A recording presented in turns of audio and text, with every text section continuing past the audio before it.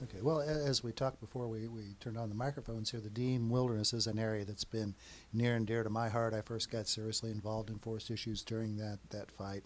And I remember at that time, a lot of people said 12,000 acres simply isn't big enough. It's not going to serve the demand for backcountry, isolated wilderness kind of experiences. And since I've been going back out there a lot in the past couple of years, almost every weekend, the Grub Ridge and Hickory Ridge Fire Tower parking lots are pretty much full. Is there any evidence that the DeMe is being loved to death?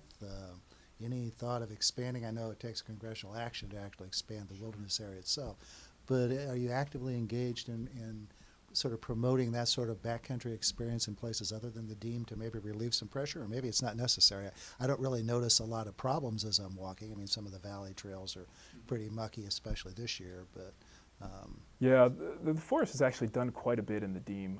It's a challenging place to have a wilderness area just because it is so close to relatively large population centers, and it's easy access, and people, especially in places close enough like Bloomington, they know where it is, they know how to get there quick and easy, and it's a great place to go for a hike and get out or camp. And people use it quite a bit, and you're right, on the weekends, on a nice day, especially in the spring or fall, it gets crowded. I've been out there other times though where I haven't seen a soul. So you can find, if you go at the right times, you can find that more experience of solitude. But the forest has worked to deal with that over the last 10 or 15 years. I'd say they've done quite a bit with reducing significantly the mileage of trails, closing a lot of those trails to try and reduce the density impact. That's one of the goals in the Wilderness Act, is try and reduce the amount of what's called trammeling by human impact. So reducing the number of trails, which may cause a little more congestion on some of those.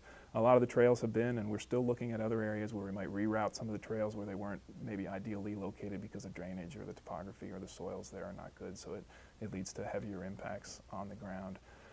We still have some big challenges we're not quite sure the best way to deal with, having to do with non-native invasive species, which is a big problem here all over the forest, something that's made extra challenging by, again, the fragmented nature of it. But in the DeMe, we have a fair amount of different species growing in there that we really don't want in there because they're not native to, certainly to Indiana, and most of them even to the country. But it takes extra steps and process to be able to do that within a wilderness area. So that's the challenge we're looking at this point.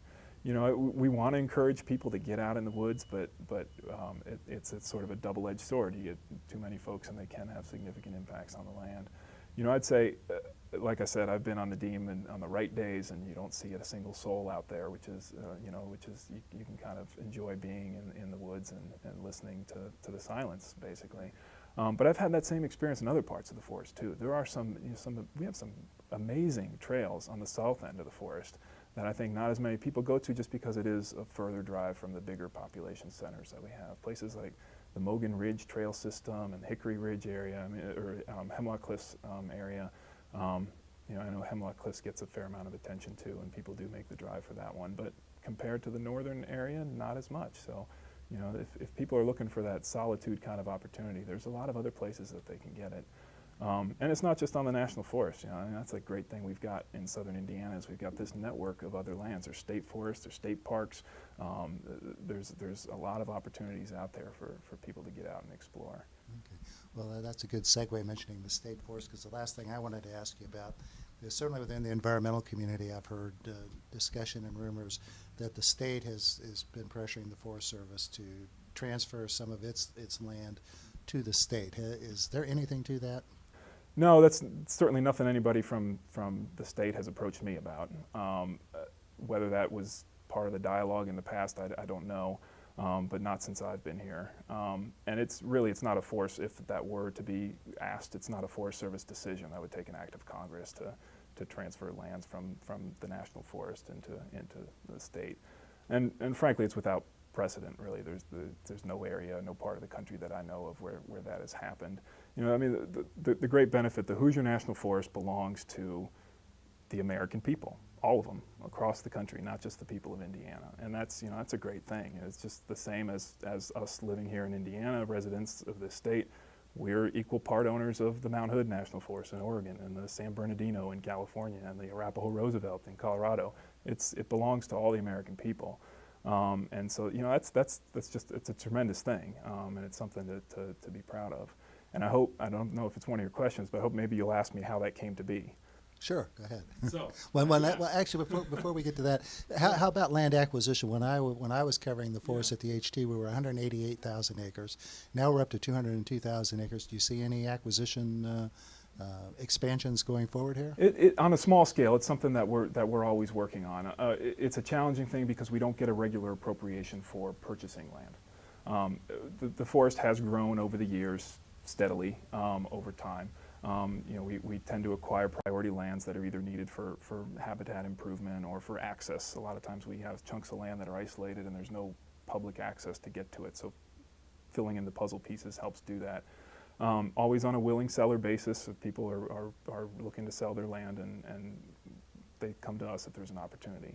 But rarely can we turn around and say, okay, we've got the funds, we can go ahead and purchase it. So we work with a lot of partners, the Nature Conservancy being foremost among those, where they'll help us by acquiring some of these priority lands, and then we apply for funds, usually through the Land and Water Conservation Fund, that can be utilized for acquisition of lands. But it's a competitive process. We have to get in the queue and make our case for why it's needed. So we have been adding acreage over the years. We added in fiscal year 2014, we added a couple hundred acres that filled in some gaps in different parts of the forest. So it's something we're always looking at. But in terms of large-scale, quick expansion, that's not something that's really feasible or on the radar. Well, my last question was going to be anything else that we haven't talked about, so let's Yeah. just go ahead and back up with Well, continue yeah, your I mean, thoughts. I hope to segue a little bit about that where it came from, the national forest concept and idea, because there's a piece of the history that is not well understood, I don't think. And I didn't understand it that well until I moved to Indiana, and I've been starting to put the pieces together in my own brain. But Benjamin Harrison, the only president from Indiana, in the 1890s signed the Forest Reserves Act, and he's actually credited with doing some of the authoring and getting a sympathetic congressman to insert it into another larger bill. But anyway, he signed the act, and he was the first to use it. And this was before there was a Forest Service, before there were any national forests, before there was a Park Service, none of that. And so he signed that bill and was the first to make use of it and set aside several tens of thousands of acres in California and Arizona and Idaho. And his predecessor, the president who followed him, Grover Cleveland, did the same thing. He set aside about equal amount of acreage, and then Teddy Roosevelt came along, and boom, he went hog wild with the system and largely created a lot of those lands. But without Benjamin Harrison, Teddy Roosevelt never would have had that authority in the first place to do what he did. And so I think that's a piece of the legacy of national forests and public lands that's not well understood or appreciated, and it's something that the people of Indiana should be certainly proud of, that was their state leadership that stood up and made that happen and made it possible for future generations. That's interesting. I'd not heard that story. I mean, most people think it all started with Teddy Roosevelt. Right. But it started actually a bit before then, and again, without Benjamin Harrison, Roosevelt would not have had that authority to do what he did. Very good. Is there anything else that we haven't touched on that you'd like to touch on?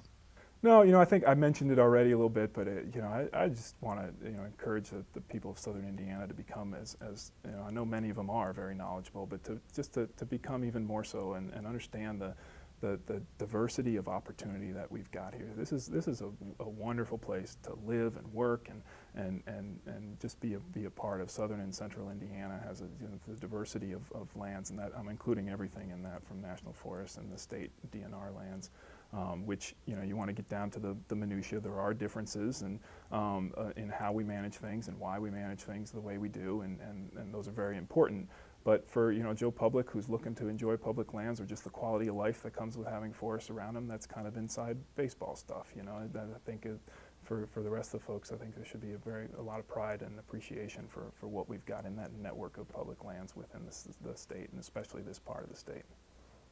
Okay, well, thanks very much. I appreciate you taking the time to talk with us and sharing your views with the public. Sure, you're welcome. It's been fun. Okay, great.